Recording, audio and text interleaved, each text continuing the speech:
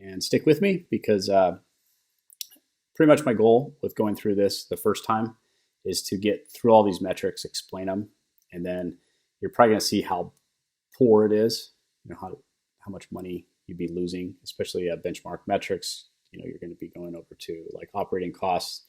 You can follow operating costs back to, if you're paying yourself a salary. Well, maybe you didn't want to pay yourself a salary until things get going.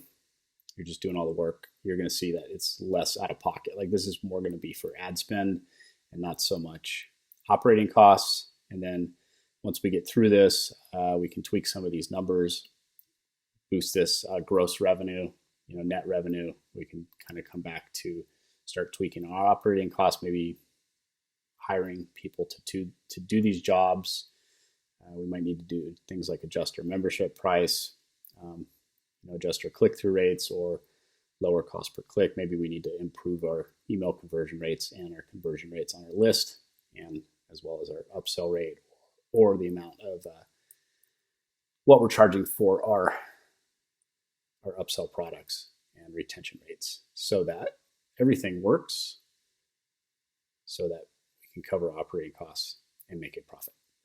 Again, you have email list, then you have a conversion rate, you have a conversion amount, which are the number of people that buy from you, and then an upsell rate is the number of these people that have purchased from you, that then you're selling an upsell product to, which will generate upsell revenue, which then ties in with your new revenue. And you have new members. So as time goes on, again, you'll have new members from the previous period, and then those carry over based on your retention rate, cancellation. So then month over month, you're going to have a certain percentage of people will be falling off. And then the number customers that are remaining carry over. And then your gross revenue is driven from that number. So you'll have the customers at the beginning of the period, and then any upsell revenue, and then the recurring subscriptions based off of the price of your membership. So again, say you were to only be charging $37 a month, and then let's just say for now we just are going to put we're going to put this at 0. We're going to put our upsell rate at 0 because we don't have enough members to really justify creating a upsell product. So then if we go back in here to projections, this is going to be a lot more accurate. So again, coming up, 13 new members each month would generate $495, and then by say month 12, you have 48 members at the end of the previous period, and you had some cancellations and some new members. So you have new members at the end of the previous period. You retained 70%, you lost 30, 15 cancellations. So you have 15 or 54 customers that are paying $37 a month, which, if you look at that, is going to be the gross revenue that you're generating. Hopefully, we don't get any refunds. But again, if you want to, say you had 0.5% refund rate, you can see that this adjustment comes in here. So it's probably not going to make a difference at that amount of members, $3.71. So let's just say maybe 10% refund rate. That way, then you'd lose a little bit of revenue, maybe 2 people or something are canceling. Chargebacks, I'll just skip that for now. Now you can kind of see okay, well, we lowered our price starting out in month 1. We're going to be investing money in ads, and paying for our overhead, such as our tools, it's going to take us a while before we even start to break even. We're still not profitable, so we can continue coming up the funnel here. Take a look at some of these other numbers. We have cost per acquisition.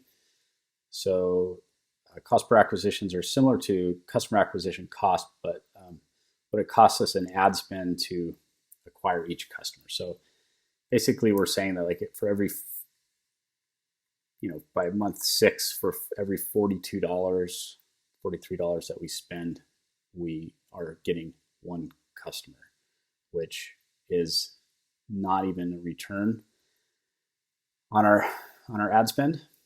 But then after our operating costs, it's costing us $70 to actually acquire a customer. So then our lifetime value, to a customer acquisition costs is 0.53, which is not good. We want to be running at least 4. So for every dollar we spend, it should be generating us at least $4 in customer lifetime value. So now that we've gotten through some of these, when you get this sheet, if you run into any problems, just let me know, and we'll work through fixing any of this. Sometimes I like to, you can hide columns. It makes it a little easier to see. Let's hide this column, and then you can just go from top to bottom. It's a little easier to see all of your metrics. And then again, I like to kind of look at stuff like benchmark metrics, and maybe I'll just raise the price to $97. See some of the adjustments that would happen. We kind of start getting to profitability a little bit sooner. Let's say we can come up with a really good webinar that we get 2 out of every 10 people to visit our page to sign up for, because we do a really good job of defining who our audience is. It's going to kind of maybe we'll start profiting a little bit sooner, maybe by month 4. And then let's just, like, for example, let's say we can boost up our conversion rate, like from 1.5% to 2.5%. Now we're starting to lose less money, more profit by month 3. And then if we take a look and see like about how many subscribers we have, so customers, still 2. And let's say maybe we can we can add an add-on service to maybe 20% of the people that buy. We can add a $500 fee to that, and let's see, maybe we can start seeing some return on that a little sooner than if these numbers are all low. So again, all this stuff has to do with like, okay, audience size, click-through rate, cost per click. I mean, say we get really cheap clicks for maybe $1. That's going to take off some of our ad spend, but it doesn't make a huge difference. I usually think price is probably going to be the most effective. So think about charging $200 or $197 a month. Now we're really going to start seeing more revenue to work with sooner. And then the other one is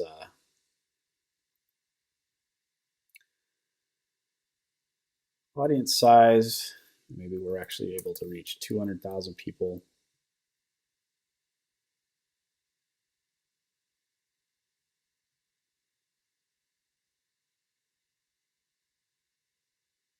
Maybe we can get a 2% click-through rate.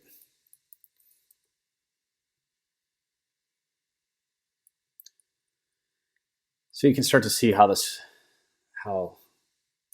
throughout each phase of this process that there's going to be work to do.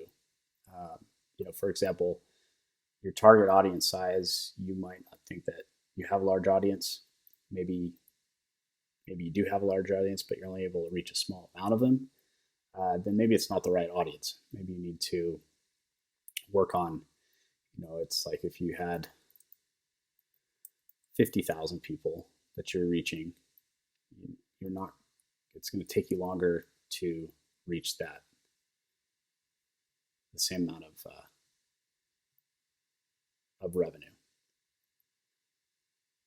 Let's say you had a smaller audience that you were actually able to reach a larger percentage of those on whatever platform. And yeah, you can see it starts to make a significant boost there. But then say because it's a competitive audience, your cost per click is higher. So then you're going to lose money. And then again, say you didn't have an upsell product, so your upsell rate's 0%. Not as much revenue. And again, maybe you start losing a lot of members, 50%. Again, it has an effect to your bottom line.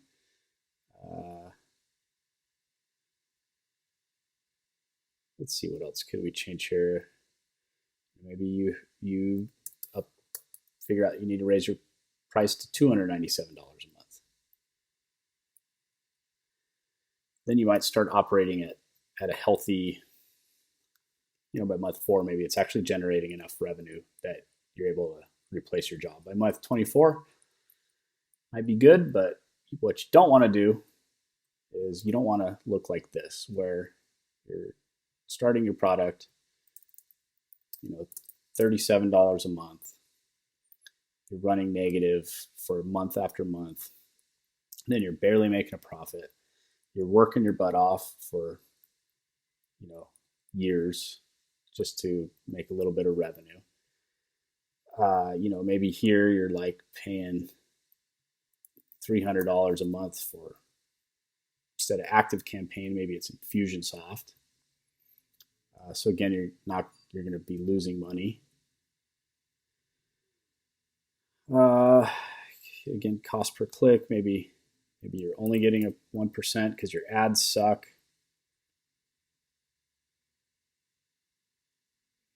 Maybe your conversion rate's bad because your sales copy sucks.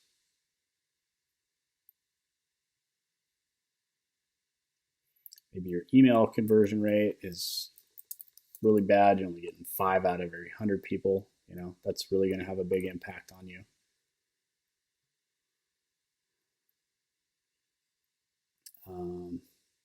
Let's see. Retention, 0. Say you did a product, you don't retain any people month over month, but then you just decide to charge $1,997 for your product. You can maybe do better.